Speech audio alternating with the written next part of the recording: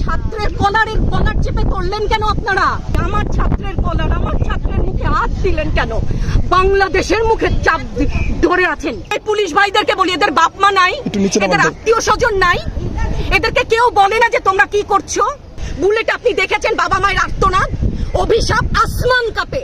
একটা মারবেন 10টা আসবো, 10টা মারবেন লক্ষ আসবো। সারা দেশের মানুষ, মা বাপ সব একসাথে দাঁড়াবো। কিছু হটবা না, ভয় পাবা না। তোমাদের শিক্ষক আমরা লজ্জা পাই, তোমাদের থেকে শিখেছি।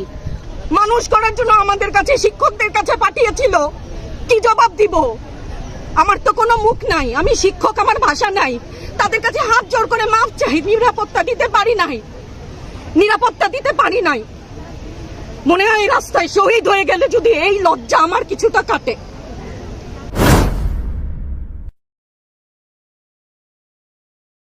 কত কিছুই তো বলছে, বাম্পার ফলন, লেবুর বাম্পার ফলন, বলেন না। একটা বাঙালি দেখান যে এই কথাটা বিশ্বাস করে। এসব বলে আমাদেরকে আরো মানে এটাকে বিরক্ত হওয়া বলবো না, বিরক্ত হওয়ারও সীমা ছাড়িয়ে গেছে। সারা বিশ্ব জানে পুলিশের গুলিতে, সন্ত্রাসীর গুলিতে, আওয়ামী লীগের পোষা এই ছাত্রলীগের কর্মীর গুলিতে, আর একটা কোনো ছাত্রের হাতে কোনো অস্ত্র দেখান। আমার মুগ্ধ মরলো কেন? ওই ছোট ছোট বাচ্চাগুলো মরলো কেন?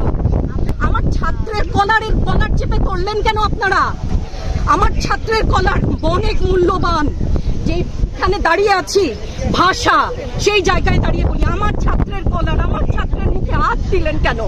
বাংলাদেশের মুখে চাপ ধরে আছেন। এই সমস্ত ভয় আর দেখিয়েন না, অনেক হয়েছে, আর না, আর না। আমার ছাত্রদেরকে টেনে টেনে ধরে নিয়ে যাচ্ছে। কি হিসাবে, কোন বিচারে? আপনারা বলেন যে ওদের বলা দিয়ে কিছু বলেন না।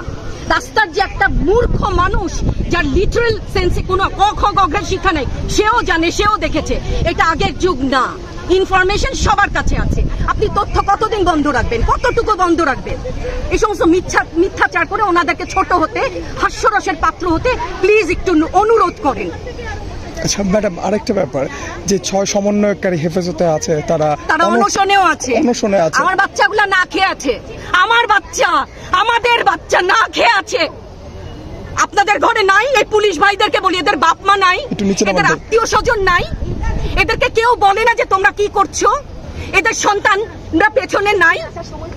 এদের সন্তানদেরকে, এদেরকেও তো আমরা বড় করেছি, এদেরকেও তো আমরা শিক্ষা দিয়েছি। চালানগুলি আমাদের উপরে। আমার শিক্ষকের গায়ে হাত, কত বড় অধ্যত্বপূর্ণ আচরণ। আর হবে না তো, আসেন চালানগুলি তুলে নিয়ে যান। সেই 71-এর মতো তো 25শে মার্চের কালো রাত, বুদ্ধিজীবীদের হত্যা শুনেছি তো, এখন দেখছি। আগে শুনেছি, এখন দেখছি। প্রধানমন্ত্রী বলে থাকেন যে স্বজন হারানোর বেদনা সে বোঝেন। এই বিষয়ে সেসব জায়গায় আপনাদের কি বলার থাকবে ম্যাম? মানে এখন এটা ওনারটা অবশ্যই উনি বুঝেন। ওনার সময়ও আমরা কিন্তু একাত্মতা প্রকাশ করেছি। এই বেদনা যদি কেউ অনুভব করে, এই জিনিস হবার কথা না। উনি যদি সত্যিই বুঝতেন, মুগ্ধের মা, অন্য যতগুলা শিশু থেকে শুরু করে, শিক্ষার্থী থেকে শুরু করে, মরে গেলেই বেদনা বুঝবে। আমার 6টা সন্তান যে ওখানে অনশনে আছে, তাদেরটা কে বুঝবে? বুলেট আপনি দেখেছেন বাবা মায়ের আর্তনাদ, অভিশাপ, আসমান কাঁপে। আপনাদের কাঁপে না? তার কাঁপে না? অভিশাপের ভয় হয় না? বুকগুলা যাত্রা হয়ে গেছে আমার সন্তানদের। রাবার বুলেট বলবেন, কি বলবেন? এগুলো অস্ত্রের মুখে দাঁড়িয়ে আছে। আমাদের পয়সায় কেনা বুলেটে আমাদের সন্তানদের আপনারা বুলেট ছুটছেন। আর কত, আর কত?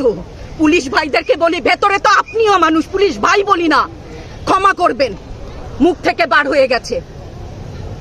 তাদের ঘরেও সন্তান আছে, তাদের খোলসের ভিতরেও মানুষ। যারা এখনো ঘরে আছেন তারাও জানেন আর কতদিন ভয় পাবেন। ভয়েই থাকেন। একটা মারবেন 10টা আসবো, 10টা মারবেন লক্ষ আসবো। সারা দেশের মানুষ, মা বাপ সব একসাথে দাঁড়াবো। পরিবারগুলোর প্রতি যারা মায়েরা যারা আছেন, তাদের উদ্দেশ্যে কিছু, তাদের কাছে তো হাত জোর করে ক্ষমা চাই। ওরা আমাদের কাছে পাঠিয়েছিল ওদের সন্তানকে মানুষ করার জন্য, আমাদের কাছে শিক্ষকদের কাছে পাঠিয়েছিল। কি জবাব দিব? আমার তো কোনো মুখ নাই, আমি শিক্ষক, আমার ভাষা নাই। তাদের কাছে হাত জোর করে মাফ চাই। নিরাপত্তা দিতে পারি নাই, নিরাপত্তা দিতে পারি নাই।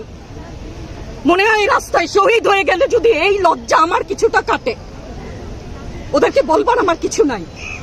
প্রশাসন এবং সরকারের পক্ষ থেকে বলা হচ্ছে যে এই আন্দোলনের ভিতরে তৃতীয় পক্ষ এবং জঙ্গি ঢুকে আরো গেছে। বলেন না, এই বিষয়ে আমি হিজাব পরি বলেন আমি হচ্ছে গে জঙ্গি, আরো বলেন না যারাই প্রতিবাদ করছে জঙ্গি। হ্যাঁ, ৭১-এর সময়ের জঙ্গি এক যদি চেহারা অমন হয়, ২৪-এর জঙ্গির চেহারা এরকম হবে। তাহলে গত কিছুদিনে বাংলাদেশ থেকে যে পরিমাণ গ্রেফতার হয়েছে তাতে দেখা যাচ্ছে যে ৮৫% সাধারণ মানুষ যারা কোনো দল করে না।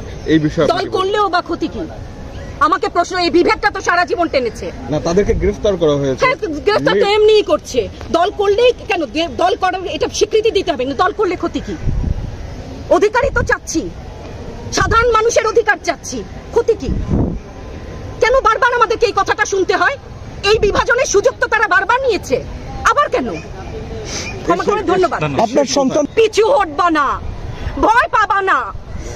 তোমাদের শিক্ষক আমরা লজ্জা পাই, তোমাদের থেকে শিখেছি। তোমরা যেমন আছো আমরাও আছি। যতদিন না ৯ দফা ওদের মানা হয় ততদিন মাঠ থেকে সরবো না। ম্যাম, লাস্ট একটা কথা। নিরাপদ না তো? আপনি নিরাপদ? সংবাদ কর্মী, আপনি কি আত্মসম্মান বিসর্জন দিয়ে বিভিন্ন নিউজ, লেবুর বাম্পার ফলন নিউজ করতে হচ্ছে না? আপনারও লজ্জা লাগছে না আত্মীয় স্বজনের কাছে মুখ দেখাতে? পারছেন না তো? আপনার হয়ে আমি লড়ছি, আমাকে সহায়তা করেন। Thank you.